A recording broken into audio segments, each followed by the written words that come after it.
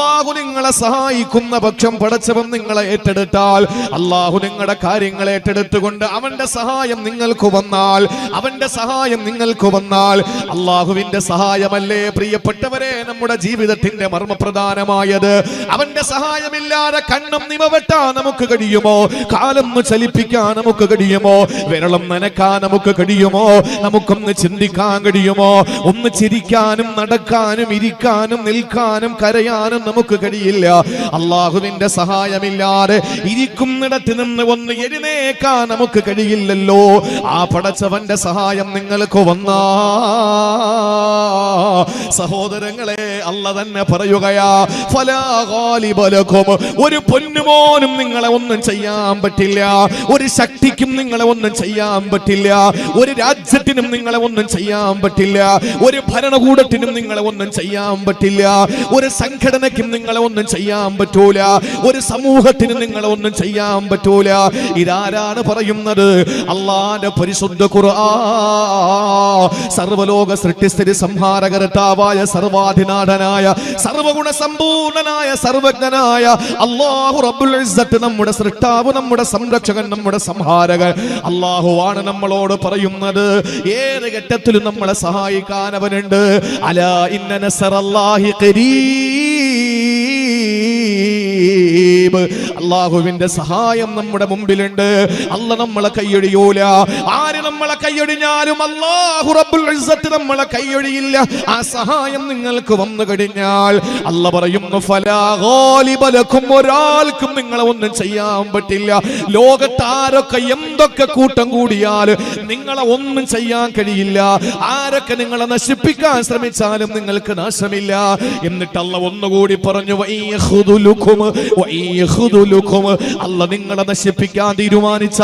അല്ലാഹു നിങ്ങളെ നശിപ്പിക്കാൻ തീരുമാനിച്ചാൽ, ആരാണടാ ഉള്ളത്? ഏത് രാജ്യത്തിന്റെ അധിപനാടാ നിങ്ങൾക്കുള്ളത്? അല്ലാഹു അല്ലാതെ നിങ്ങളെ സഹായിക്കാൻ വേറെ ആരാ ഉള്ളത്? അല്ലാഹു നിങ്ങളെ നശിപ്പിക്കാൻ തീരുമാനിച്ചാൽ, അല്ലാഹു നിങ്ങളെ തകർക്കാൻ തീരുമാനിച്ചാൽ, അല്ലാഹു നിങ്ങളെ നാട്ടിലിട്ട് നിങ്ങളെ വേട്ടയാടപ്പെടാൻ തീരുമാനിച്ചാൽ ഒരാൾക്കും നിങ്ങളെ രക്ഷപ്പെടുത്താൻ കഴിയില്ല. ഒരു ഗവൺമെന്റിന് നിങ്ങളെ രക്ഷപ്പെടുത്താൻ കഴിയില്ല. ഒരു സംവിധാനങ്ങൾക്കും നിങ്ങളെ രക്ഷപ്പെടുത്താൻ കഴിയില്ല. ഇതെന്തിനാ നമ്മളോട് അല്ലാഹു പറയുന്നത്? അത് അടുത്ത ആയത്തിന്റെ അവസാന ഭാഗത്ത് അല്ലാഹു പറഞ്ഞു. അതുകൊണ്ട് പ്രിയപ്പെട്ടവരെ,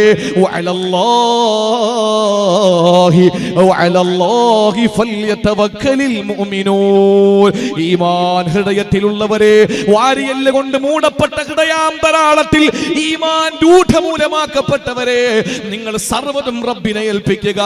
നിങ്ങൾ സൃഷ്ടികളെ ഏൽപ്പിക്കണ്ട. നിങ്ങളുടെ എല്ലാ ദുഃഖങ്ങളും പടച്ചവനെ ഏൽപ്പിക്കുക. നിങ്ങളുടെ സങ്കടങ്ങൾ മുഴുവനും അല്ലാഹുവിനെ ഏൽപ്പിക്കുക. കാരണം അവൻ നിങ്ങളെ സഹായിച്ചാൽ നിങ്ങളെ തകർക്കാൻ ലോകത്താർക്കും കഴിയില്ല. അവൻ നിങ്ങളെ തകർത്താൽ നിങ്ങളെ രക്ഷപ്പെടുത്താൻ ഒരാൾക്കും കഴിയില്ല. അതുകൊണ്ടല്ലേ ഇന്ന് ഇശാ നമസ്കാരം നിർവഹിച്ചപ്പോൾ എന്റെ പ്രിയപ്പെട്ട സഹോദരങ്ങളെ, ഇശാ നമസ്കാരം കഴിഞ്ഞിട്ട് നമ്മൾ ഇരുന്ന് എന്താ ചൊല്ലിയത്? എന്താ നമ്മൾ ഓരോ ദിവസം നമസ്കാരം കഴിഞ്ഞ് അവിടെ ഇരുന്ന് ചെല്ലുന്നത്? അല്ലാഹുമ്മ ലാ മാനിഅ ലിമാ അഅതൈത വലാ മുഅതി ലിമാ മനഅത വലാ റദ്ദ ലിമാ ഖളൈത വലാ മുബദ്ദില ലിമാ ഹകംത. എന്താ പറയുന്നത് എന്റെ സഹോദരങ്ങളെ? അല്ലാഹുമ്മ ലാ മാനിഅ ലിമാ അഅതൈത, നീ തന്നാ തടയാൻ ആർക്കും കഴിയില്ല. നീ എനിക്ക് എന്ത് തന്നാലും സന്താനങ്ങളാകട്ടെ, സമ്പത്താകട്ടെ, സൗകര്യങ്ങളാകട്ടെ, പ്രശസ്തിയാകട്ടെ, പ്രസിദ്ധിയാകട്ടെ, എന്ത് നീ എനിക്ക് തന്നാലും അത് തടയാൻ ലോകത്ത് ആർക്കും കഴിയില്ല പടച്ചവനെ. വലാ മുഅതി ലിമാ മനഅത, നീ തടഞ്ഞവന് കൊടുക്കാൻ ലോകത്ത് എത്ര വലിയ വിശാലമായ ഖജനാവിന്റെ അധിപന്മാർക്കും കഴിയില്ല പടച്ചവനെ. വലാ റദ്ദ ലിമാ ഖളൈത, നീ ഒരു വിധി വിധിച്ചാൽ അതിനെ തടയാൻ ലോകത്ത് ആർക്കും കഴിയില്ല. നീ ഒരു വിധി വിധിച്ചാൽ അത് തടുക്കാൻ ലോകത്ത് ആർക്കും കഴിയില്ല. എത്ര വലിയ സംവിധാനങ്ങൾ ഉണ്ടെങ്കിലും ഒരിക്കലും തടയാൻ കഴിയില്ല. എന്റെ പ്രിയമുള്ളവരെ, പറന്നുയരുന്ന വിമാനം, ആ പറന്നുയരുന്ന വിമാനത്തിൽ നിന്ന് സഹോദരങ്ങളെ, ഒരു പക്ഷേ ആ വിമാനം പറന്നു പോകുമ്പോൾ സമുദ്രത്തിലെങ്ങാനും പതിച്ചു പോയാൽ ആ സമുദ്രത്തിൽ വീണു പോകുന്ന വിമാനം സ്വന്തമായിട്ട് സടകുടഞ്ഞെഴുന്നേക്കാൻ സംവിധാനമുള്ള എത്രയോ കിലോമീറ്ററുകൾക്ക് അപ്പുറത്ത് നിന്ന് വരുന്ന സർവ്വസന്നാഹങ്ങളെയും എല്ലാ സംവിധാനങ്ങളെയും റഡാറിന്റെ സംവിധാനത്തിൽ കണ്ടെത്തിയിട്ട് അതിന് അതിനെയെല്ലാം നിർവീര്യമാക്കി കളയാൻ കഴിയുന്ന രീതിയിലുള്ള ഇന്ത്യ മഹാരാജ്യത്തിന്റെ സൈന്യാധിപൻ സഞ്ചരിച്ച ആ ഹെലികോപ്റ്റർ അല്ലേ തമിഴ്നാട്ടിൽ തകർന്നു വീണത്? എന്തേ? അള്ളാഹുവിന്റെ ഒരു തീരുമാനം വന്നാൽ, ആ തീരുമാനം പടച്ചവൻ തീരുമാനിച്ചാൽ, അവന്റെ തീരുമാനം വന്നാൽ എന്തൊക്കെ റഡാറുകൾ ഉണ്ടെങ്കിലും എന്തൊക്കെ ഭൗതിക സംവിധാനങ്ങൾ ഉണ്ടെങ്കിലും ഒന്നും അതിനെ തടയാൻ കഴിയില്ല. എന്നിട്ട് നമ്മൾ വീണ്ടും പറയുന്നു, വലാ മുബദ്ദില ലിമാ ഹക്കംത, നിന്റെ വിധിയെ തടുക്കാൻ ആർക്കും കഴിയില്ല, നിന്റെ വിധിയെ മാറ്റിമറിക്കാൻ ആർക്കും കഴിയില്ല. ഈ ഒരു വിധി വിധിച്ചാൽ അതിനെ ചേഞ്ച് വരുത്താൻ ലോകത്ത് ആർക്കും കഴിയില്ല. ഇത് ഞാനും നിങ്ങളും 5 നേരത്തെ നമസ്കാരത്തിന്റെ ശേഷം നമ്മൾ പറയുന്നതാണെങ്കിൽ എന്റെ പ്രിയമുള്ളവരെ, അള്ളാഹു നമ്മുടെ ഹൃദയം കൊണ്ട് ചെയ്യുന്ന ആരാധനകളിൽ ശ്രേഷ്ഠമായ ആ ഭരമേൽപ്പിക്കുക എന്ന തവക്കലിന്റെ മഹത്വം പഠിപ്പിച്ചു തരുന്നത് ഈ ഒരൊറ്റ ആയത്ത് മാത്രം മതി. അതുകൊണ്ട് വഅലല്ലാഹി ഫല്യതവക്കലിൽ മുഅ്മിനൂൻ, വിശ്വാസികൾ അള്ളാഹുവിനെ ഭരമേൽപ്പിച്ചു കൊള്ളട്ടെ എന്ന് അള്ളാഹുവിന്റെ പരിശുദ്ധ ഖുർആൻ. നമ്മൾ ഒന്നും ഏക്കണ്ട. ഇന്ന് നമ്മൾ ഒന്നും ഏക്കണ്ട എന്ന് പറയുമ്പോൾ എന്നാ പിന്നെ പടച്ചോ നാളെ വന്ന് കട ഉറക്കട്ടെ, ഞാൻ വീട്ടിലിരിക്കാം, അതല്ല. അത് പറയുന്നുണ്ട്. ഒരു 20 മിനിറ്റ് കഴിഞ്ഞിട്ട് ഞാൻ പറഞ്ഞുതരാം. നമ്മൾ താൻ പാതി ദൈവം പാതി എന്ന് പറഞ്ഞതിന്റെ അർത്ഥം എന്താണ്? നമ്മൾ ചെയ്യേണ്ടത് നമ്മൾ ചെയ്യണം. നിങ്ങൾ അവസാന ഭാഗം വരെ ഇരിക്കും. 2 മണിക്കൂർ, 1 സെക്കൻഡ്, 1 മിനിറ്റ് അധികം എടുക്കൂല. ഇൻഷാ അല്ലാഹ് സഫീർ ഖാൻ മന്നാനി 8:30 മണിക്ക് വേദി ഒഴിഞ്ഞു തന്നു. 10:15 ദുആരക്കും, 10:30 സലാത്ത് ചൊല്ലി പിരിയും. ഇൻഷാ അല്ലാഹ് അള്ളാഹു തൗഫീക്ക് നൽകട്ടെ. എന്റെ സഹോദരങ്ങളെ, നിങ്ങൾ വളരെ ശ്രദ്ധിച്ച് നിങ്ങൾ കേൾക്കും, വളരെ ശ്രദ്ധിച്ച് കേൾക്കും. നമ്മുടെ ജീവിതത്തിൽ നമ്മൾ അള്ളാഹുവിനെ ഭരമേൽപ്പിക്കുന്ന എന്തെങ്കിലും ഉണ്ടോ? മകളുടെ കല്യാണം വന്നു, നമ്മൾ ചെയ്യുന്ന എന്താണ്? ഈ മകളുടെ കല്യാണം വരുമ്പോ ആദ്യം നമ്മൾ സ്വർണം പണയം വെക്കാൻ നോക്കും. അത് പണയം വെച്ചാൽ അത് നമ്മൾ ഉദ്ദേശിക്കുന്ന പൈസ കിട്ടിയില്ലെങ്കിൽ നമ്മൾ അത് വിൽക്കാൻ നോക്കും. എന്നിട്ട് വിറ്റ്, അല്ലെങ്കിൽ നമ്മൾ നാട്ടിലുള്ള ഓരോ പ്രമുഖരായ വട്ടിപ്പലിശക്കാര്, ബ്ലേഡ് പലിശക്കാര്, പലിശ കൊണ്ട് വയറ് നിറയ്ക്കുന്ന, പള്ള വീർപ്പിക്കുന്ന നാട്ടിലെ നാണം കെട്ട പലിശക്കാരന്റെ വീട്ടിന്റെ മുമ്പിൽ ചെന്ന് നായ്ക്കളെ പോലെ നിരങ്ങി നടന്നിട്ട് നമ്മൾ ചോദിക്കും, ആ പലിശ പണം കിട്ടിയാൽ നമ്മളുടെ കാര്യം റാഹത്തായി. അത് കിട്ടിയില്ലെങ്കിലോ നമ്മൾ ഏതെങ്കിലും ബാങ്കിൽ ലോൺ എടുക്കും, അല്ലെങ്കിൽ മറ്റു സംവിധാനങ്ങൾ ചെയ്യും. ഇതൊന്നും ചെയ്തിട്ട് നമ്മുടെ കാര്യങ്ങൾ നടക്കാതെ വരുമ്പോ നമ്മൾ എന്താ ചെയ്യുന്നത്? നമ്മൾ പരമാവധി എന്തൊക്കെ ചെയ്യാൻ പറ്റും അതൊക്കെ ചെയ്യും. ഞാൻ വിശദീകരിക്കുന്നില്ല. വിശദീകരണവും തഫ്സീറും ബയാനും കൂടിയാൽ വിഷയം നമുക്ക് പൂർത്തിയാക്കാൻ പറ്റില്ല. അങ്ങനെയൊക്കെ ചെയ്ത് അവസാനം നടക്കാതെ വന്നു, കല്യാണത്തിന്റെ ദിവസമെത്തി. ആ സമയത്ത് നമ്മൾ പറയുന്നത് എന്താ? വീട്ടില് കോലായിൽ, വീടിന്റെ സിറ്റ് ഔട്ടിൽ കസേര പിടിച്ചിട്ട് പൊട്ടിക്കരഞ്ഞുകൊണ്ട് വീട്ടിൽ മണിയറ ഒരുക്കേണ്ട റൂമിനകത്ത് മകള് കിടക്കുമ്പോ അടുക്കളയിൽ നിന്ന് പാത്രങ്ങൾ പുറക്കി എറിയുകയാണ് ഉമ്മ. കാരണം ഒരു ഭാഗത്ത് സങ്കടം, ഒരു ഭാഗത്ത് ദേഷ്യം. എന്ത് ചെയ്യാനാണ്? അങ്ങനെയൊക്കെ ഇരിക്കുമ്പോ വാപ്പ പറയുന്നൊരു വാക്കുണ്ട്, ഇനി എല്ലാം പടച്ചവന്റെ കയ്യിൽ. ഏത്? ചേലയിലെ പലിശക്കാരൻ കഴിഞ്ഞ് മൂഴിയിലെ ബ്ലേഡ് പലിശ. ഞാൻ ഒരു ഉദാഹരണം പറയാണ് കേട്ടാ. പലിശക്കാരൻ കഴിഞ്ഞ് നാട്ടിലുള്ള എല്ലാ ബാങ്കും കഴിഞ്ഞ് എല്ലാ ലോൺ കിട്ടുന്ന പ്രദേശങ്ങളും കഴിഞ്ഞ് അവസാനം നമ്മൾ കൊടുക്കുന്ന ഒരു വില നമ്മുടെ പടച്ചോന്, നമ്മുടെ പാച്ചോൻ അങ്ങനത്തെ ഒരു കാര്യം വേണ്ട. പാച്ചോൻ ആദ്യം ഏൽപ്പിച്ചിട്ട് പോകാൻ പറ്റുമെങ്കിൽ പോയാൽ മതി, ഇല്ലാതെ അള്ളാഹ്ക്ക് നമ്മുടെ ഇതൊന്നും വേണ്ട. അള്ളാഹ് നമ്മുടെ കാര്യം ഏറ്റെടുക്കും. എന്തു വേണം? ആദ്യം നമ്മൾ റബ്ബിനെ ഏൽപ്പിക്കണം, ആദ്യം നമ്മൾ പടച്ചവനെ ഏൽപ്പിക്കണം. അള്ളാഹുവേ, ഞാൻ എന്റെ മകളുടെ വിവാഹമാണ്, നീ സഹായിക്കണം, എന്റെ കയ്യിൽ ഒന്നുമില്ല, നീ തന്നാലേ എനിക്ക് നിറയൂ, നീ തടുത്താൽ ആരും തന്നാലും എനിക്ക് തികയില്ല, നീ വിധിച്ചാൽ ആ വിധിയെ മാറ്റാൻ ആർക്കും കഴിയില്ല. അതുകൊണ്ട് റബ്ബേ, എന്റെ മകളുടെ വിവാഹമാണ്. എല്ലാ സ്ത്രീകളെ പോലെയും എന്റെ മകൾക്കും ആഗ്രഹങ്ങളുണ്ട്, വികാരമുണ്ട്, വിചാരമുണ്ട്, എനിക്കും ആഗ്രഹങ്ങളുണ്ട്. അതുകൊണ്ട് ഞാൻ തേടുകയാ റബ്ബേ, എന്നെ കൈയൊഴിയല്ലേ അല്ലാ എന്ന് പറഞ്ഞിട്ട് ഇറങ്ങി നോക്ക്. നിന്റെ മകളെ കൂട്ടത്തിൽ 2 പെണ്ണുങ്ങളുടെ കെട്ടിക്കാനുള്ള പൈസ നിനക്ക് വരും.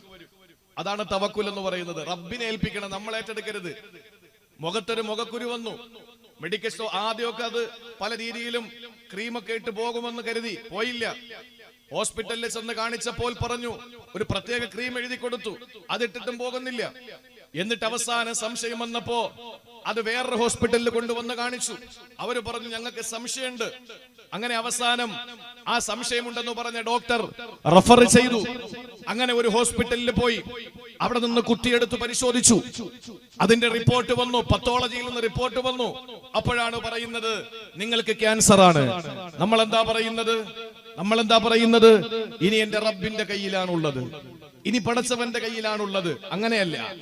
നമ്മൾ ഏത് കാര്യത്തിന് ഇറങ്ങുമ്പോഴും ആദ്യം നമ്മൾ സർവ്വതും സമർപ്പിക്കേണ്ടത് നമ്മുടെ പടച്ചവനാണ്. ആ പടച്ചവനെ ഏൽപ്പിച്ചാൽ എന്തും കാര്യങ്ങളും നിസ്സാരമാക്കി തരാൻ അള്ളാഹുവിന് കഴിവുണ്ട്. കാരണം അവനാണ് ഈ രാജ്യത്തിന്റെ, ഈ ലോകത്തിന്റെ സൃഷ്ടിച്ചത് അള്ളാഹുവാണ്. അവനാണ് ഈ ലോകത്തെ സംരക്ഷിക്കുന്നവൻ, അവനാണ് അവസാനം ഇതിനെ സംഹരിക്കുന്നവൻ. അതുകൊണ്ട് അവന്റെ സഹായമല്ലാതെ വേറെ ഒന്നും നമുക്ക് കിട്ടില്ല. അതുകൊണ്ട് അവനെ ആദ്യം കൊണ്ട് ഏൽപ്പിക്കണം. മഹാന്മാരായ ഉലമാക്കള്, മുത്തവക്കിലീങ്ങൾ അള്ളാഹുവിനെ ഭരമേൽപ്പിക്കുന്നതിന് ഒരു ഉദാഹരണം പറയുന്നുണ്ട്. എന്താണെന്നറിയോ? ഒരു മനുഷ്യനെ ശത്രുക്കളെല്ലാം കൂടി ഓടിച്ച് അവസാനം അയാൾ ചെന്ന് ഒരു വലിയ പർവ്വതത്തിന്റെ മുകളിലുള്ള ഒരു കോട്ട, ആ കോട്ടയ്ക്കകത്ത് കയറി. ആ കോട്ടയുടെ അകത്ത് കയറിയപ്പോൾ ഇനി ഒരിക്കലും ഈ ഓടിച്ച ശത്രുക്കൾക്ക് അയാളെ പിടിക്കാൻ കഴിയില്ല. അയാൾ കോട്ടവാതിലടച്ചു. അതിനകത്ത് നിൽക്കുന്ന ആളുകൾക്ക് പുറത്ത് നിൽക്കുന്നവരെ നന്നായിട്ട് കാണാം. ശത്രുക്കൾ അങ്ങനെ നിൽക്കുന്നത് ഈ കോട്ടയ്ക്കകത്ത് നിൽക്കുന്നവൻ കാണുകയാണ്. പക്ഷേ പുറത്ത് നിൽക്കുന്ന ശത്രുക്കൾക്ക് അവനെ കാണാൻ പറ്റുന്നില്ല. അങ്ങനെ അവൻ സുരക്ഷിതനായി കോട്ടയുടെ അകത്തളത്തിൽ നിൽക്കുന്നു. അവിടെ നടക്കുന്ന മുഴുവനും അവൻ ലൈവായിട്ട് കാണുന്നു. പക്ഷെ പുറത്തു നിൽക്കുന്നവർക്ക് ഒരാൾക്ക് പോലും അവനെ ഉപദ്രവിക്കാൻ കഴിയുന്നില്ല. അവൻ എന്ത് ഭയമാവുള്ളത്? ഇതാണ് മുത്തവക്കിലിന്റെ ഭരമേൽപ്പിക്കുന്നവന്റെ ഉപമയെന്ന് മഹാന്മാര് നമ്മളെ പഠിപ്പിക്കുകയാണ്. എന്ന് പറഞ്ഞാൽ അതിന്റെ അർത്ഥം എന്താണെന്നറിയോ? നമ്മൾ അള്ളാഹുവിനെ ഏൽപ്പിച്ചാൽ ആളുകൾ പറയും എന്താ ചെയ്യാ ഇനി? അതൊക്കെ ആളുകൾ ഇങ്ങനെ പറയും. വല്ലാത്ത കഷ്ടമാണല്ലോ. നമ്മുടെ മനസ്സിൽ എന്താണ്? ശത്രുക്കൾ കോട്ടയുടെ മുന്നിൽ നിൽക്കുന്നത് പോലെ ആളുകളുടെ പറച്ചിലുകൾ, ആളുകളുടെ സംഭാഷണങ്ങളൊക്കെ നമ്മൾ നോക്കിക്കാണും. ഉള്ളില് ഞാൻ സുരക്ഷിതനാണ്, ഞാൻ എന്റെ റബ്ബിനെ ഏൽപ്പിച്ചിരിക്കുകയാണ്, ഇനി എന്റെ റബ്ബ് നോക്കിക്കോളും എന്നൊരുറച്ച വിശ്വാസം. ആ വിശ്വാസം വേണം പ്രിയപ്പെട്ടവരെ. ഇനി അതൊക്കെ ഉണ്ടെങ്കിൽ അങ്ങോട്ട് ജീവിക്കാൻ പറ്റും. മുമ്പൊക്കെ ആണെങ്കിൽ അതില്ലെങ്കിലും അള്ളാഹു അങ്ങ് തട്ടി വിടുമായിരുന്നു. ഇനി അതൊന്നും ഇല്ലാതെ അങ്ങോട്ട് മുമ്പോട്ട് പോകാൻ പറ്റുമെന്ന് ഒരു ധാരണയും നമുക്ക് വേണ്ട. അള്ളാഹു നമ്മളെ നന്നാക്കി തരട്ടെ. അതുകൊണ്ട് സഹോദരങ്ങളെ, ജീവിതത്തിൽ നമ്മൾ ഓരോരുത്തരും തവക്കുലുള്ളവരായി മാറണം. 9 ആയത്തുകളിലൂടെയാണ് ഹബീബായ നബി തങ്ങളോട് അല്ലാഹു തആല തവക്കുൽ ചെയ്യാൻ പറഞ്ഞത്. 9 ആയത്തുകളിലാണ് അല്ലാഹു തആല നബി തങ്ങളോട് തവക്കുലാക്കാൻ പറഞ്ഞത്. അതിൽ 4 ആയത്തുകൾ വിശുദ്ധമായ മക്കത്ത് വെച്ച് അവതരിപ്പിക്കപ്പെട്ടതാ. 5 ആയത്തുകൾ അങ്ങ് മദീനയിൽ ചെന്നതിന് ശേഷം അവതരിപ്പിക്കപ്പെട്ടതാ. അത് തൽക്കാലം നമുക്ക് പറയാനുള്ള സമയമില്ല, വിശദീകരണം ഒരുപാട് വേണ്ടതാ. അതുകൊണ്ട് സഹോദരങ്ങളെ, ഞാൻ എന്റെ വിഷയത്തിൽ നിന്ന്, ഈ തവക്കുലിന്റെ വിഷയത്തിൽ നിന്ന് മറ്റൊരു ഭാഗത്തിലേക്ക് ഞാൻ തിരിയുകയാ. എന്താ തവക്കുലെന്നറിയോ? കാര്യകാരണങ്ങളെ നമ്മൾ തവക്കുലാക്കുമ്പോ അതിന്റെ കാര്യകാരണങ്ങളെ മുഴുവനും നമ്മൾ ചെയ്യേണ്ടി വരും. എന്ന് പറഞ്ഞാൽ നമ്മൾ ചെയ്യേണ്ടത് നമ്മൾ ചെയ്യണം, അല്ലാത്തത് നമുക്കൊരിക്കലും ചെയ്തു തരില്ല അല്ലാഹു തആല. നമ്മൾ വാഹനം സ്റ്റാർട്ട് ചെയ്തു, എന്നിട്ട് ഫസ്റ്റ് ഗിയർ ഇട്ടിട്ട് നമ്മൾ പറയുകയാണ് ഇനി റബ്ബ് നോക്കിയോട്ടെ, ഞാൻ തവക്കലിട്ടു അലല്ലാ. പെട്ടെന്ന് വണ്ടിയിൽ നിന്ന് പുറത്തിറങ്ങിയാൽ വാഹനം മുന്നോട്ട് പോകില്ല, പോയാൽ മറ്റെവിടെങ്കിലും ഇടിച്ചു നിൽക്കും. എന്തുകൊണ്ടെന്നറിയോ? അനസ് റളിയല്ലാഹു തആല അൻഹു നിവേദനം ചെയ്യുകയാ, ഒരു ദിവസം മദീനത്തുൻ നബവിയുടെ മുന്നിൽ അതാ ഒരു മനുഷ്യൻ ഒട്ടകപ്പുറത്ത് കയറി വരികയാ. ഒട്ടകപ്പുറത്ത് കയറി വന്നു. എന്നിട്ട് മദീനയുടെ മുന്നിൽ വന്ന ആ മനുഷ്യൻ അങ്ങ് ഒട്ടകത്തിൽ നിന്ന് ഇറങ്ങുമ്പോ അനസ് റളിയല്ലാഹു അൻഹു റസൂലുള്ളാഹിന്റെ മുന്നിൽ ഇരിക്കുകയാ. അനസ് റളിയല്ലാഹു പറയുകയാണ്, ഈ മനുഷ്യൻ വന്ന് നബി തങ്ങളോട് ചോദിച്ചു, യാ റസൂലല്ലാഹ്, നബിയേ അതവക്കലു യാ ഹബീബല്ലാഹ്, ഞാൻ അല്ലാഹുവിനെ ഭരമേൽപ്പിക്കട്ടെ നബിയേ, ഞാൻ എന്റെ ഒട്ടകത്തെ റബ്ബിനെ ഏൽപ്പിക്കട്ടെ നബിയേ. ആ സമയത്ത് അല്ലാഹുവിന്റെ ഹബീബ് പറഞ്ഞതെന്തെന്നറിയോ? നീ പെട്ടെന്ന് ചെന്ന് ഒട്ടകത്തെ കെട്ടിയിട്, എന്നിട്ട് നീ അല്ലാഹുവിനെ ഭരമേൽപ്പിക്ക്. നീ ഒട്ടകത്തെ കെട്ടിയിടാതെ അല്ലാഹുവിനെ ഭരമേൽപ്പിച്ചാൽ ഒട്ടകം പോവും. അത് റബ്ബിന് കഴിവില്ലാത്തതിന്റെ പേരിലല്ല, നീ ആദ്യം റബ്ബിനെ ഏൽപ്പിക്കാത്തതിന്റെ പേരിലുള്ള പടച്ചവന്റെ പിണക്കവുമല്ല. പിന്നെ എന്തുകൊണ്ടാണ് ഈ ലോകത്ത് എല്ലാ സബബുകൾ കൊണ്ടാണ് പടച്ചതമ്പുരാൻ കാര്യങ്ങളെ ക്രമീകരിച്ചിരിക്കുന്നത്. അതുകൊണ്ട് നിന്റെ ഡ്യൂട്ടി നീ നിർവഹിക്കണം. നീ ചെന്നിട്ട് ആ ഒട്ടകത്തെ ബന്ധിച്ചിട്ട് നീ വരിക. എന്നിട്ട് അല്ലാഹുവിനെ ഭരമേൽപ്പിച്ചാൽ എത്ര വർഷം കഴിഞ്ഞാലും ഒട്ടകം അവിടെ തന്നെ ഉണ്ടാകും. അതുകൊണ്ടല്ലേ ഒരു മഹാൻ പറഞ്ഞത്, തവക്കൽ അലർ റഹ്മാനി ഫിൽ അംരി കുല്ലിഹി ولا ترغبن في العجز يوما عن الطلب ألم تر أن الله قال لمريم وهزي إليك الجذع يساقط الرطب ولو شاء أن تجنيه من غير هزتي جنته ولكن كل شيء له سبب. ആ മഹാൻ പറഞ്ഞ ഈ 3 വരി ബൈത്ത് മതി എന്റെ പ്രിയപ്പെട്ടവരെ. എന്താണ് പറയുന്നത്? തവക്കൽ അലർ റഹ്മാനി ഫിൽ അംരി കുല്ലിഹി, എല്ലാ വിഷയത്തിലും നീ അല്ലാഹുവിനെ ഭരമേൽപ്പിക്കുക. വലാ തർഗബൻ ഫിൽ അജ്സി യൗമൻ അനി തലബി, അല്ലാഹനെ ഭരമേൽപ്പിച്ചു എന്ന് പറഞ്ഞിട്ട് നീ അശക്തനായി ഒന്നും തേടാതെ ഒന്നും ചെയ്യാതെ വീട്ടിനകത്ത് ചടഞ്ഞിരിക്കല്ലേ മോനെ. എല്ലാം നിന്റെ റബ്ബ് നോക്കിക്കോളുമെന്ന് പറഞ്ഞിട്ട് കട തുറന്നിടാതെ നീ വീട്ടിനകത്ത് കയറി കിടക്കല്ലേ. എല്ലാ റബ്ബ് നോക്കിക്കോളുമെന്ന് പറഞ്ഞിട്ട് നീ വാഹനം ഡ്രൈവ് ചെയ്യുമ്പോ സ്റ്റീറിംഗിൽ പിടിക്കാതിരിക്കല്ലേ മോനെ. നീ ഒരിക്കലും ആ വിഷയത്തിൽ അശക്തനാകരുത്. എന്നിട്ട് അല്ലാഹുവിന്റെ ഒരു ഇടപെടൽ പറയുകയാണ്. അലം തറ അന്നല്ലാഹ ഖാല ലിമർയമി വഹുസി ഇലൈകിൽ ജദ്അ യസാഖതുർ റതബു.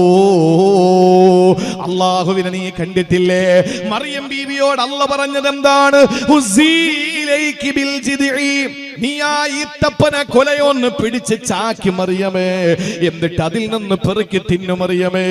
സഹോദരങ്ങളെ, അത് എന്താണെന്ന് ഞാൻ പറയാ. വീണ്ടും ആ മഹാൻ പറയുകയാണ് മറിയം ബീവിയോട്, ഈത്തപ്പനയിൽ നിന്ന് കൊല വലിച്ചെടുത്തിട്ട് അതിന്റെ പഴം പറിച്ചെടുത്തിട്ട് അത് ചവച്ച് നീ തിന്നണമെന്ന് അല്ലാഹു ആ മറിയമിനോട് പറഞ്ഞില്ലേ? വലൗ ശാ അന്ത ജിനിയഹു മിൻ ഗൈരി ഹിസ്സതി ജനതുഹു വലാകിൻ കുല്ലു ശൈഇൻ ലഹു സബബു.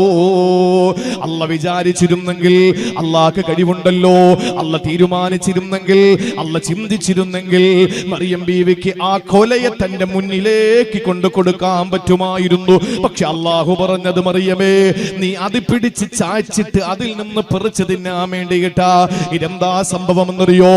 മറിയം ബീവി റളിയല്ലാഹു തആല അൻഹ ഗർഭിണിയായി നമുക്കറിയുമല്ലോ. മറിയം ബീവിയെ ഏറ്റവും കൂടുതൽ ചർച്ച ചെയ്യപ്പെട്ട രാത്രിയാ ഇന്നലത്തെ രാത്രി. അതിലേറെ ചർച്ച ചെയ്യപ്പെട്ട രാത്രിയാണ് സഹോദരങ്ങളെ 6 ദിവസങ്ങൾക്ക് മുമ്പുള്ള ക്രിസ്മസ് രാത്രിയിൽ. ഇന്നലെയും ചർച്ച ചെയ്യപ്പെട്ടു. 6 ദിവസങ്ങൾക്ക് മുമ്പ് ക്രിസ്മസ് രാത്രിയിലും ചർച്ച ചെയ്യപ്പെട്ടു. ഇവിടെ ഞാൻ പറയുന്നു, മറിയം ബീവി റളിയല്ലാഹു തആല അൻഹ എന്ന യേശുവെന്ന ഈസാ നബിയുടെ പ്രിയപ്പെട്ട ഉമ്മ മറിയം ബീവി പരിപൂർണ്ണ ഗർഭിണിയായി. എങ്ങനെയാണ്? ദിവ്യഗർഭമാണ്, അല്ലാഹുവിന്റെ ഇടപെടലാണ്. ജിബ്രീൽ അലൈഹിസ്സലാം കുപ്പായത്തിന്റെ ഉള്ളിലൂടെ ഊതിക്കൊടുത്ത് ഗർഭം വന്നതാ. ഇത് ഖുർആനിന്റെ സാക്ഷ്യമാണ്, ഇത് ഖുർആൻ സമ്മതിച്ച കാര്യമാണ്. ആ മറിയം ബീവി റളിയല്ലാഹു തആല അൻഹ ഗർഭിണിയാകുമ്പോ അല്ലാഹുവിനോട് പറയുന്നു, പടച്ചവരെ, ഒരു ഭർത്താവില്ലാത്ത ഞാൻ എങ്ങനെയാണ് ഗർഭിണിയായതെന്ന് ചോദിച്ചാൽ എന്റെ റബ്ബേ, ജനങ്ങളോട് ഞാൻ എന്താ പറയുക? ഇന്ന് വലിയ അത്ഭുതമൊന്നുമല്ല, പക്ഷെ അന്ന് വലിയ അത്ഭുതമാണ്. മാത്രമല്ല, ഹന്നാ ബീവിയുടെ ഇമ്രാന്റെ പൊന്നുമോള് മറിയം ചെറിയ പ്രായം മുതൽ അത്ഭുതങ്ങൾ സൃഷ്ടിച്ച പെണ്ണാ. മറിയം ബീവി റളിയല്ലാഹു തആല അൻഹയുടെ കൊച്ചുമ്മയുടെ ഭർത്താവ് സക്കരിയ നബി അലൈഹിസ്സലാം പള്ളിയിലെ ഇമാമായിരിക്കുമ്പോ ആ മെഹ്റാബിനകത്ത് ആ കൊച്ചുകുട്ടിയായി മദ്രസയിൽ പഠനം നടത്തിക്കൊണ്ടിരിക്കുമ്പോ ആ പ്രസംഗ പീഠത്തിൽ മിമ്പറിന്റെ ഭാഗത്ത് മനോഹരമായ സുഭിക്ഷമായ ഫലവർഗ്ഗങ്ങൾ കണ്ടപ്പോ, അന്നാലകി ഹാദാ, ഇതെവിടെ നിന്ന് കിട്ടി മോളെ എന്ന് ചോദിച്ച കൊച്ചാപ്പയോട് സക്കരിയ നബിയോട് മറിയം ബീവി റളിയല്ലാഹു അൻഹ പറഞ്ഞത്, ഹാദാ ഹുവ മിൻ ഇൻദില്ലാഹ്, ഇതെനിക്ക് എന്റെ റബ്ബ് തന്നതാ. സീസണും അൺസീസണുമുള്ള ഫ്രൂട്ട്സുകൾ നമ്മുടെ മുമ്പിലില്ലേ? ആ സമയത്ത്, ആ കാലത്ത്, ആ നാട്ടിൽ കിട്ടാത്ത ഫലവർഗ്ഗങ്ങൾ അല്ലാഹു അത്ഭുതകരമായി ആകാശത്തിന്റെ കീറുകൾ, ആകാശത്തിന്റെ മറകൾ കീറി അല്ലാഹു തആല ഇറക്കി കൊടുത്ത ചെറിയ പ്രായത്തിൽ തന്നെ അത്ഭുതങ്ങൾ സൃഷ്ടിച്ച പെണ്ണാണല്ലോ മറിയം ബീവി റളിയല്ലാഹു അൻഹാ. ആ മറിയം ബീവി പഴച്ചെന്ന് പറയാൻ പറ്റോ? ഇന്ന് ജൂതന്മാര് പറയുന്നുണ്ട് മറിയം ബീവി വ്യഭിചാരിണിയായിരുന്നുവെന്ന്. ഇന്ന് ജൂതന്മാര് പറയുന്നുണ്ട് അവർ വേശ്യയായിരുന്നു എന്ന്. ഏത് ജൂതനാണോ? ഇസ്രായേൽ പ്രതിദാനം ചെയ്യുന്ന ജൂതന്മാര് പറയുന്നുണ്ട്. അമേരിക്ക പ്രതിദാനം ചെയ്യുന്ന ക്രൈസ്തവ സഭകളുടെ നേതാവായ മറിയം ബീവി എന്ന ആ പ്രിയപ്പെട്ട മാതാവ് വേശ്യയായിരുന്നു എന്ന്. എന്നിട്ടോ ആ വേശ്യ എന്നവരുടെ പ്രിയപ്പെട്ട ദൈവത്തിന്റെ മാതാവിനെ തെറിവിളിക്കുന്നവരോട് കൂട്ടുകൂടുന്നത് ഇസ്ലാമിനെ തകർക്കാനാ. അതാണ് പറയുന്നത് ആദർശത്തിന്റെ പാപ്പരത്വമാണ്, വിവരം വെക്കാത്തൊരു തലം സമൂഹമാണ്. അങ്ങനെ ആ ജൂതന്മാര് ആക്ഷേപിക്കുമ്പോൾ, ജൂതന്മാര് വിമർശിക്കുമ്പോൾ ഇസ്ലാം പറഞ്ഞത് എന്താണ്? ഇല്ല, മറിയം ബീവി ഗർഭിണിയായത് അള്ളാഹുവിന്റെ ഇടപെടൽ മൂലമാണ്. അവര് വേശ്യാവൃത്തി നടത്തിയില്ല, അവരഭിസാരികയല്ല, അവരൊരിക്കലും ശരീരം വിറ്റവരല്ല. എങ്ങനെയാണ് അള്ളാഹുവിന്റെ ഇടപെടൽ വന്ന് ഗർഭിണിയായി? ആ സമയത്ത് അവർ അള്ളാഹുവിനോട് പറഞ്ഞു, യാ ലൈതനീ മിത്തു ഖബ്ല ഹാദാ വകുന്തു നസിയം മൻസിയാ. പടച്ചവനെ, ഞാനങ്ങ് മരിച്ചു പോയെങ്കിൽ അല്ലാഹ് എന്നെ ജനങ്ങൾ എന്നേ വിസ്മരിച്ചു. മറുപടിയാ റബ്ബേ പറയുക, ഞാൻ എന്ത് മറുപടിയാ തമ്പുരാനെ ജനങ്ങളോട് പറയുക? ഇതാര് തന്ന ഗർഭമെന്നാ പറയുക? ആ സമയത്ത് അല്ലാഹു അതിനെപ്പറ്റിയല്ല മറുപടി കൊടുത്തത്. മറിയം ബീവിയോട് അതൊക്കെ ഞാൻ നോക്കിക്കോളാമെന്നല്ല പറഞ്ഞില്ല. മറിയം ബീവി റളിയല്ലാഹു തആലയോട് അല്ല പറഞ്ഞത്, ലാ തഹ്സനി, വിഷമിക്കണ്ട മോളെ, വിഷമിക്കണ്ട മോളെ. വിശക്കുന്നുണ്ടല്ലേ, വിശക്കുന്നുണ്ടല്ലേ, ദാഹിക്കുന്നുണ്ടല്ലേ? ഒരു പേറ്റുനോവുള്ള പെണ്ണ്, ഒരു ഗർഭിണിയായ പെണ്ണിന് എന്തെല്ലാം മോഹങ്ങൾ കാണും, അവൾക്ക് എന്തൊക്കെ ആഗ്രഹങ്ങൾ കാണും, തിന്നാനും കുടിക്കാനും, അവൾക്ക് ഇഷ്ടമുള്ള ആഹാരം വാങ്ങിക്കൊടുക്കാൻ ഭർത്താവ് ഓടി നടക്കുന്നത് കണ്ടിട്ടില്ലേ? അതുകൊണ്ട് തന്നെ പ്രിയപ്പെട്ടവരെ, അല്ല ചോദിച്ചു, മോളെ നിനക്ക് ഭർത്താവില്ലല്ലോ, നിനക്ക് വല്ലാത്ത ദാഹമുണ്ടല്ലേ? അതുകൊണ്ട് ഒരു കാര്യം ചെയ്യുക, ഈ പർവ്വതത്തിന്റെ താഴ്ഭാഗത്ത് ഒരു നല്ല കളകളാരവം മുഴങ്ങുന്ന ഒരു ചെറിയ അരുവിയുണ്ട് മറിയമേ, അവിടെ ചെല്ല്, നീ അതിൽ നിന്നൊരു കൈക്കുമ്പിൾ വെള്ളം എടുത്തു കുടിക്കേ.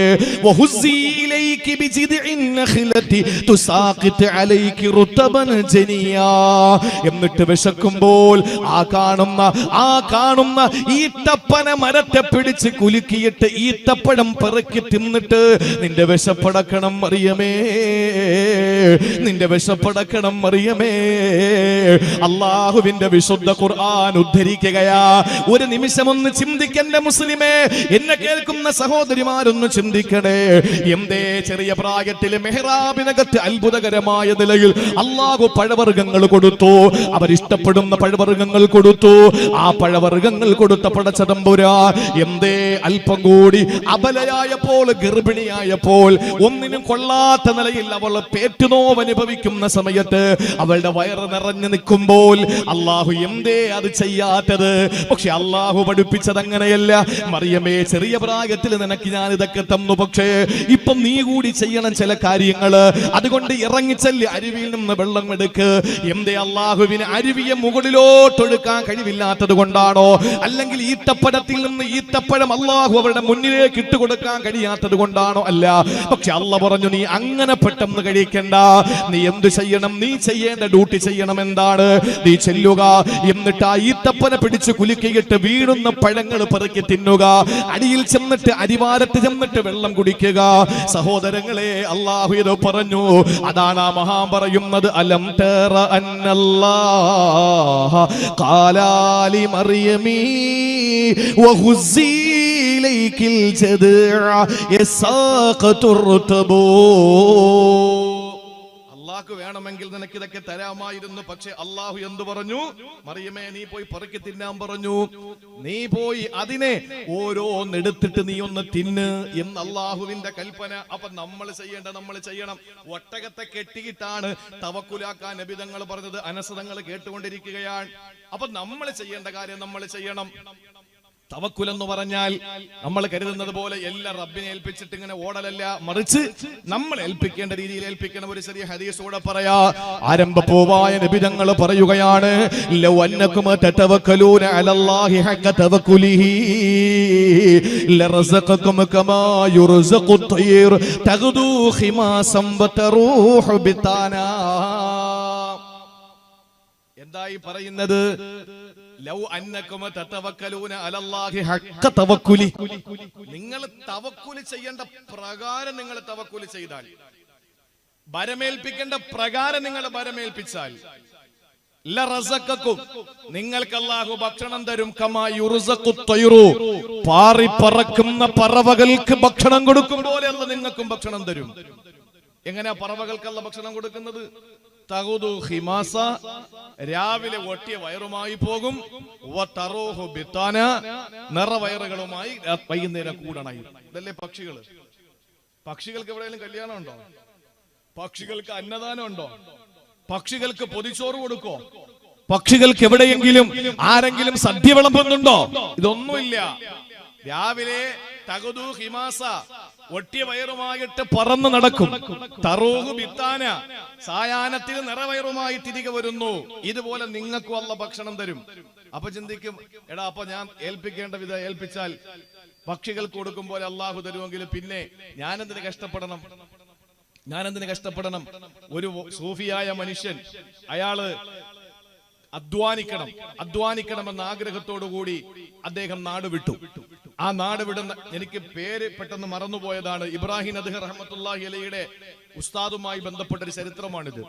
അങ്ങനെ അദ്ദേഹം നാട് വിട്ട് അദ്ദേഹം യാത്ര ആരംഭിച്ചു. അധ്വാനിക്കണം, കുറച്ച് പണം ഉണ്ടാക്കണം, ഇതാണ് ആഗ്രഹം. അങ്ങനെ അദ്ദേഹം കുറെ നാളുകൾ നീങ്ങി.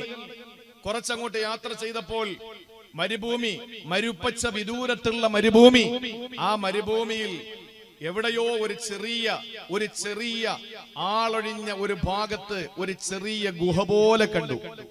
ഇദ്ദേഹം അതിനകത്ത് കയറി വിശ്രമിക്കാൻ വേണ്ടി ഒന്ന് കയറിയിരുന്നു. അങ്ങനെ ഈ മണൽപുറ്റും ഈ മരുഭൂമിയിൽ മനോഹരമായി അങ്ങനെ ഒരു ചെറിയ ആളൊഴിഞ്ഞ ഭാഗത്തെ ഒരു ചെറിയ ഗുഹയിലേക്ക് കയറി അദ്ദേഹം ഇരിക്കുമ്പോ ഇദ്ദേഹം അത്ഭുതപ്പെട്ടു പോയി. എന്താണെന്നറിയോ? ഒരു പക്ഷി, അത് നല്ല പ്രായമുള്ള പക്ഷി, തള്ള പക്ഷി.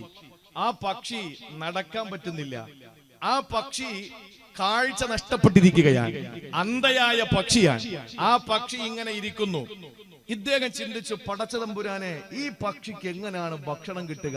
മരുഭൂമിയിൽ ആരും വേസ്റ്റ് വലിച്ചെറിയില്ല, മരുഭൂമിയിൽ ആരും കഴിച്ചിട്ടോ അല്ലെങ്കിൽ ആളുകൾക്ക് കൊടുക്കാനോ ഒന്നുമില്ല. എങ്ങനെയാണ് ഈ പക്ഷിക്ക് അല്ലാഹു ഭക്ഷണം കൊടുക്കുന്നത്? അദ്ദേഹം ഇങ്ങനെ ഇരുന്ന് ചിന്തിക്കുക. മാത്രമല്ല, വെളിയിലിറങ്ങി അന്നം തേടാൻ ആ പക്ഷിക്ക് കഴിയില്ല. കാരണം അന്ധയാണ്, ബലഹീനയാണ്, വൃദ്ധയാണ്. അതുകൊണ്ട് എങ്ങനെ ഇതിന് ഭക്ഷണം കിട്ടുമെന്ന് ചിന്തിച്ചിരിക്കുമ്പോൾ ഒരു ചെറിയ പക്ഷി, ആരോഗ്യമുള്ള പക്ഷി, കണ്ണിന് കാഴ്ച ശക്തിയുള്ള പക്ഷി, അത് ചിറകടിച്ച് നേരെ ആ ഗുഹയ്ക്കകത്തേക്ക് വന്നു. എന്നിട്ട് അതിന്റെ ചുണ്ടിലിരിക്കുന്ന ഭക്ഷണം തുറപ്പിച്ച് ആ തള്ളപ്പക്ഷിയുടെ വായിലേക്ക് വെച്ചു കൊടുത്തു. മഹാനവറുകൾ ഞെട്ടി എണീറ്റു. അല്ലാഹുവേ, ഞാൻ എന്തിനധ്വാനിക്കണം? ഞാൻ എന്തിനായി അധ്വാനിക്കേണ്ടത്? മരുഭൂമിയിൽ, മരിപ്പച്ച വിദൂരമായ മരുഭൂമിയുടെ മടിത്തട്ടിൽ ആരാലും എത്തപ്പെടാത്ത, അനധിവിദൂര സാധ്യത പോലുമില്ലാത്ത, ഒരു മനുഷ്യൻ കടന്നു വരാത്ത അന്ധയായ പ്രായം ചെന്ന ഈ പള്ളപ്പക്ഷിക്ക് അല്ലാഹുവേ നിനക്ക് ഭക്ഷണം കൊടുക്കാൻ കഴിയുമെങ്കിൽ ഞാൻ എന്തിനായി ഇനി അധ്വാനിക്കാൻ പോകുന്നത്? എന്റെ സമയം ബാക്കി കൂടി ഞാൻ ഇനി ആരാധനയ്ക്ക് വേണ്ടി മാറ്റിവെക്കാൻ പോവുകയാണ്. ആ സമയത്താണ് അദ്ദേഹം അവിടെ നിന്ന് ഇത് ചിന്തിച്ചുകൊണ്ട് യാത്ര തിരിച്ചു. നേരെ തിരിച്ച് യാത്ര പറഞ്ഞ മഹാന്റെ മുമ്പിലെത്തി. ആ മഹാന്റെ മുമ്പിലെത്തുമ്പോൾ ആ മഹാൻ ചോദിച്ചു, എന്തേ നീ തിരികെ വന്നത്? അപ്പൊ അദ്ദേഹം പറഞ്ഞു, ഞാൻ ഇന്ന കാഴ്ചകൾ കണ്ടു, അതുകൊണ്ട് തിരിച്ചു വന്നു. അള്ളാഹുവിന് ഇത്രയും കഴിവുണ്ടെങ്കിൽ പിന്നെ ഞാൻ അന്നം തേടി ഓടേണ്ട കാര്യമുണ്ടോ? ആ സമയത്താണ് ആ മനുഷ്യന്, സൂഫിയായ മനുഷ്യനോട് ആരിഫായ അടുത്ത മനുഷ്യൻ ചോദിച്ചത്. ആ മനുഷ്യൻ സാത്വികനാണ്. അദ്ദേഹം ചോദിച്ചു, എടാ മണ്ട, നീ എന്തായി കാണിച്ചത്? നീ തിരിച്ചു വന്നതെന്താ? തിരികെ വന്നതെന്താ? ആ തള്ളപ്പക്ഷിക്ക് അള്ള ഭക്ഷണം കൊടുക്കുന്നെങ്കിൽ നിനക്കും തരുമല്ലോ എന്ന് ചിന്തിച്ചിട്ട് നീ അവിടെ നിന്ന് വന്നു. എന്തേ നീ ഇത്ര ബലഹീനനായി പോയി? നീ എന്തുകൊണ്ടാ ആ പറന്നിറങ്ങിയ ചെറിയ പക്ഷിയെ പോലെ ആകാത്തത്? ആ ചെറിയ പക്ഷിയെ പോലെ നിനക്കാകാമായിരുന്നല്ലോ. നിനക്ക് ആ ചെറിയ പക്ഷിയിൽ നിന്ന് ഗുണപാഠം ഉൾക്കൊണ്ടുകൊണ്ട് നീ അധ്വാനിച്ചിട്ട് ഇതുപോലെ കഷ്ടപ്പെടുന്നവർക്ക് നിനക്ക് അന്നമെത്തിച്ചു കൊടുക്കാൻ കഴിയുമായിരുന്നല്ലോ. അതാണ് ചേലയിൽ തങ്ങൾ ചാരിറ്റബിൾ ട്രസ്റ്റ് ഇവിടെ സംവിധാനിച്ചിട്ടുള്ളത്. പാവങ്ങളെ സഹായിക്കണം. പാവങ്ങൾക്ക് അല്ലാഹു, എല്ലാരും അങ്ങനെ ചിന്തിച്ചാലുള്ള അവസ്ഥ ഒന്ന് ആലോചിച്ച് നോക്ക്. ഇപ്പൊ പാവങ്ങൾക്ക് അരി കൊടുക്കാൻ ആളുണ്ട്, പൊരി കൊടുക്കാൻ ആളുണ്ട്, എല്ലാ ആളുകളുണ്ടല്ലോ. അപ്പൊ അള്ളാഹു എനിക്കും തരുമെന്ന് പറഞ്ഞ് വീട്ടിൽ കയറിയാൽ ഇത് കൊടുക്കുന്ന ആരാ? അപ്പൊ ഒരു വിഭാഗം കൊടുക്കുന്നവരെ പോലെ ആകണ്ടേ? അപ്പൊ അള്ളാഹു അവർക്ക് കൊടുക്കുന്ന പ്രതിഫലം എന്താണ്? അള്ളാഹു അവർക്ക് ഭക്ഷണവും കൊടുക്കും, അതിനുള്ള പ്രതിഫലവും കൊടുക്കും. മറ്റൊരു വിഭാഗത്തിന് അള്ള ഭക്ഷണം മാത്രമേ കൊടുക്കുന്നുള്ളൂ. അതുകൊണ്ട് തള്ളപ്പക്ഷിയെ പോലെ ആകാൻ ശ്രമിച്ച നീ എന്തുകൊണ്ട് ആ ചെറിയ പക്ഷിയെ പോലെ നീ ആകാൻ തീരുമാനിച്ചില്ല എന്ന് ചോദിച്ച മഹാനായ ആ സാത്വികനായ മനുഷ്യന്റെ കഥ ഞാൻ നിങ്ങളുടെ മുന്നിൽ പറഞ്ഞിട്ട് പറയുന്നു, സഹോദരങ്ങളെ, നമ്മൾ ചെയ്യേണ്ട കാര്യം നമ്മൾ ചെയ്യണം. ബാക്കി റബ്ബ് തരും, ബാക്കി റബ്ബ് തരും. മൂസാ നബി അലൈഹിസ്സലാം നമ്മൾ പറയാണ്, നീയൊക്കെ നമ്മൾ ചെയ്യേണ്ട കാര്യം നമ്മൾ ചെയ്യണം. ബാബരി മസ്ജിദ് അതുപോലെ മറ്റുള്ള പ്രശ്നങ്ങളൊക്കെ വരുമ്പോ അതൊക്കെ അള്ള നോക്ക്. പിന്നെ അള്ളാഹ്ക്ക് മേശരി പണിയല്ലേ ജോലി, വന്നിട്ട് ജാന്തൂരി അടിക്കാൻ. നമ്മൾ ചെയ്യേണ്ടത് നമ്മൾ ചെയ്യണ്ടേ? നമ്മൾ ചെയ്യേണ്ടത് നമ്മൾ ചെയ്യണം. അതിന് നമുക്ക് തെളിവുണ്ട് വിശുദ്ധ ഖുർആനിൽ. കലീമുല്ലാഹി മൂസാ നബി അലൈഹിസ്സലാത്തു വസ്സലാം, മൂസാ നബി അലൈഹിസ്സലാത്തു വസ്സലാം ഒരു ചെറിയ പ്രശ്നമുണ്ടായി നാട്ടിൽ, അറിയുമല്ലോ. ഫറോവ സാമ്രാജ്യത്തോട് വെല്ലുവിളിച്ചു. മൂസാ നബി അലൈഹിസ്സലാമിനോട് അല്ലാഹു പറഞ്ഞു, ഫഅസ്രി ബിഇബാദി ലൈലൻ ഇന്നകും മുത്തബഊൻ. അല്ലാഹു പറഞ്ഞ വാക്ക് നിങ്ങളൊന്ന് ചിന്തിച്ചേ. ഫഅസ്രി ബിഇബാദി ലൈല ഇന്നകും മുത്തബഊൻ. ഫഅസ്രി, അല്ലയോ മൂസ നബിയേ, നിങ്ങൾ രാത്രി യാത്ര പോകൂ, രാത്രി യാത്ര പോകൂ. ബിഇബാദി, എന്റെ ദാസന്മാരെയുമായിട്ട് നിങ്ങൾ രാത്രി യാത്ര ചെയ്യ്. കാരണം ഇന്നകും മുത്തബഊൻ, ആളുകൾ നിങ്ങളെ പിന്നാലെ വരും, ആളുകൾ നിങ്ങളെ പിന്നാലെ വരും. അതുകൊണ്ട് രാത്രി ആരും കാണാതെ നിങ്ങൾ യാത്ര ചെയ്യണമെന്ന് മൂസാ നബിയോട് അല്ലാഹു പറഞ്ഞതെന്താ? പകല് പിന്നാലെ വരുന്ന ഫറോവയുടെ സാമ്രാജ്യത്തെ പിടിച്ചു നിർത്താൻ നമ്മുടെ റബ്ബിന്റെ ശക്തി പോരാഞ്ഞിട്ടാണോ? അല്ല, നമ്മൾ ചെയ്യേണ്ടത് നമ്മൾ ചെയ്യണം. അതുകൊണ്ട് മൂസ നബിയെ, സമൂഹമേ, എന്റെ സമൂഹത്തെയും കൊണ്ട്, എന്നെ വിശ്വസിച്ച എന്റെ പ്രിയപ്പെട്ട ബനൂ ഇസ്രായേലികളെയും കൊണ്ട് നിങ്ങൾ രാത്രി യാത്ര ചെയ്യണം. കാരണം ഇന്നക്കും മുത്തബഊൻ, നിങ്ങളെ പിൻപറ്റിയിട്ട് നിങ്ങളെ പിന്നാലെ ആളുകൾ വരുന്നുണ്ട്, ഫിർഔനും കൂട്ടരും വരുന്നുണ്ട് എന്ന് പറഞ്ഞത് എന്തുകൊണ്ടാ? നമ്മൾ ചെയ്യേണ്ട ഡ്യൂട്ടി നമ്മൾ നിർവഹിക്കണം എന്നുള്ളത് കൊണ്ടാ. മൂസാ നബി അലൈഹിസ്സലാത്തു വസ്സലാമിന് ശക്തമായ എതിർപ്പ് വന്നു. അവിടെ നിന്ന് നാട് വിട്ടു. അങ്ങനെയാണ് മൂസാ നബി അലൈഹിസ്സലാത്തു വസ്സലാം പല യാത്രകളും അങ്ങനെ നടത്തിയിട്ടുണ്ട്. മദിയനിലേക്ക് പോയി ശുഐബ് നബിയുടെ മോളെ വിവാഹം കഴിച്ചത് അതുപോലത്തെ യാത്രയാണ്. ബനൂ ഇസ്രായേലികളെ അടിമച്ചങ്ങലയിൽ നിന്ന് ബന്ധനസ്ഥരായിരുന്ന ബനൂ ഇസ്രായേലികളെ മോചിപ്പിച്ചുകൊണ്ട് വിമോചന പോരാളിയായി മഹാനായ മൂസാ നബി അലൈഹിസ്സലാത്തു വസ്സലാം വിപ്ലവം സൃഷ്ടിച്ചുകൊണ്ട് ഒരു സമൂഹത്തെ രക്ഷപ്പെടുത്തി. ചെങ്കടലിൽ ഒരു സമൂഹത്തിന്റെ ദാർഢ്യം അവസാനിപ്പിക്കപ്പെട്ട ഒരു യാത്രയും ഇതേപോലെ രാത്രിയിലാണ്. അപ്പൊ രാത്രിയിൽ നിങ്ങൾ യാത്ര ചെയ്യും, കാരണം ആരും നിങ്ങളെ പിന്നാലെ വരില്ല എന്നല്ല പറഞ്ഞു. പക്ഷേ അള്ളാഹു പിന്നാലെ വിട്ടു ജനങ്ങളെ, എന്നിട്ട് രക്ഷപ്പെടുത്തി കാണിച്ചു കൊടുത്തു. ചിന്തിച്ചു നോക്ക്. അള്ളാഹു രക്ഷപ്പെടുത്തി കൊടുത്തു. എങ്ങനെ? നിങ്ങൾ രാത്രി പൊയ്ക്കോളാൻ പറഞ്ഞു. രാത്രി പോയിട്ടും അള്ളാഹു ശത്രുക്കളെ പിന്നാലെ വിട്ടു, എന്നിട്ട് രക്ഷപ്പെടുത്തി കാണിച്ചു കൊടുത്തു. കാരണം നിങ്ങൾ ചെയ്യേണ്ട ഡ്യൂട്ടി നിങ്ങൾ ചെയ്യണം, ഞാൻ ചെയ്യേണ്ട ഡ്യൂട്ടി ഞാൻ ചെയ്തോളാം. അതാണ് ലൗ അന്നകും തതവക്കലൂന അലല്ലാഹി ഹഖ്ക തവക്കുലി ലറസഖകും കമാ യുർസഖു തൈറു തഖദു ഖിമാസം വതറൂഹി ബിതാന. പ്രഭാതമാകുമ്പോൾ ഒട്ടിയ വയറുമായി പോകുന്ന പക്ഷിക്കുഞ്ഞുങ്ങൾ വൈകുന്നേരം സായാഹ്നത്തിൽ കൂടുകളിലേക്ക് അണയുന്നത് നിറവയറുമായിട്ടാണ്. നമുക്ക് ഇത് കണ്ടിട്ട് എന്നാ പിന്നെ പക്ഷികളെ പോലെ തവക്കുല് ചെയ്യാമെന്ന് ചിന്തിച്ചാൽ ചെയ്തോളീൻ. പക്ഷെ ഒരു കാര്യം നിങ്ങൾ ചെയ്യണം. ഈ ഹദീസ് നിങ്ങളൊന്ന് ശ്രദ്ധിച്ചോ. എന്താ പറഞ്ഞത്? ലൗ അന്നകും തതവക്കലൂന അലല്ലാഹി ഹഖ്ക തവക്കുലിഹി. ഏൽപ്പിക്കേണ്ട പ്രകാരം നിങ്ങൾ ഏൽപ്പിക്കണം. ആ ഏൽപ്പിക്കേണ്ട പ്രകാരം അതെങ്ങനെയാണ്? അതാണ് അടുത്ത് പറഞ്ഞ തകുദു ഹിമാസ, രാവിലെ ഒട്ടിയ വയറുമായിട്ട് പോകും, തറൂഹു ബിത്താന, രാത്രി നിറഞ്ഞ വയറുമായിട്ട് വരും. അപ്പൊ കൊള്ളാലോ. അതെ, പക്ഷെ നിങ്ങൾ ഒട്ടിയ വയറുമായിട്ട് പക്ഷികൾ പോകുന്നത് പോലെ നിങ്ങളും വീട്ടിൽ നിന്ന് ജോലിക്ക് വേണ്ടി പോകണം. അപ്പം നിങ്ങൾക്ക് നിറഞ്ഞ വയറുമായി തിരിച്ചു വരാം. അല്ലാതെ വീട്ടിൽ കയറി കഥ ഉടച്ചിരുന്നാൻ പറ്റൂല. അതാണ് ഹക്ക തവക്കുലി, ചെയ്യേണ്ട പ്രകാരം ചെയ്യണമെന്ന് പറഞ്ഞാൽ അവിടെ പക്ഷികൾ ഡ്യൂട്ടി നിർവഹിക്കുന്നുണ്ട്. തവക്കുലിന് ഈ ഒരു ഹദീസ് എന്തിനാ പരിചയപ്പെടുത്തിയത്? പക്ഷികളുടെ ഡ്യൂട്ടി നിർവഹിക്കുന്നുണ്ട്. ആ ഡ്യൂട്ടിയാണ് തഖുദു ഹിമാസ. അവര് രാവിലെ പോകുന്നത് അവരുടെ ഡ്യൂട്ടി നിർവഹിക്കാൻ വേണ്ടിയിട്ടാണ്. അങ്ങനെ ചുരുക്കത്തിൽ നമ്മുടെ ജീവിതത്തിൽ നമ്മൾ ചെയ്യേണ്ട കാര്യം ഇനി ഒന്നുകൂടെ ഞാൻ പറയാം. അള്ളാഹു എന്തെങ്കിലുമൊക്കെ സൗഭാഗ്യങ്ങൾ തരും. നമ്മൾ ചെയ്യേണ്ട ഡ്യൂട്ടി നമ്മൾ ചെയ്യണം. എന്തുകൊണ്ടെന്നറിയോ? നോഹ് നബി അലൈഹി സ്വലാത്തു വസ്സലാമിനെ അള്ളാഹു തആല പരീക്ഷിച്ചു. ജനങ്ങൾ മുഴുവനും നോഹ് നബിയെ കാണുമ്പോ ചെവിയില് ഈ വിരല് തിരികെ കയറ്റിയിട്ട് ഓടുമായിരുന്നു. ചെവിയിൽ വിരല് തിരികെ കയറ്റിയിട്ട് ഓടുമായിരുന്നു. നിന്റെ ഒന്നും പ്രസംഗമൊന്നും എനിക്ക് കേൾക്കണ്ടടാന്ന് പറഞ്ഞിട്ട് ഓടുമായിരുന്നു. അന്ന് തുടങ്ങിയ സമൂഹം ഇന്നുണ്ടല്ലോ. നമ്മളൊന്ന് ചിന്തിച്ചു നോക്കിയേ. നമ്മളിപ്പോ ഒരു നാട്ടില് വിശുദ്ധ ഖുർആൻ പറയാൻ പോയാൽ എത്ര ആളുണ്ടാവും? നേരെ മറിച്ച് ഏതെങ്കിലും ഒരു സിനിമാ നടൻ വന്നാൽ, അദ്ദേഹം വന്ന് എന്തെങ്കിലുമൊക്കെ പൊട്ടാസ് വെച്ചിട്ട് പോയാൽ എത്ര ആളുകളാ കൂടുക? അപ്പൊ എന്താണ് ഇതിന്റെ അർത്ഥം? ഒരു സമൂഹത്തിന് ഇപ്പോഴും ഖുർആൻ അരോചകമാണ് എന്നാണ്, ഹദീസുകൾ അരോചകമാണ് എന്നാണ്.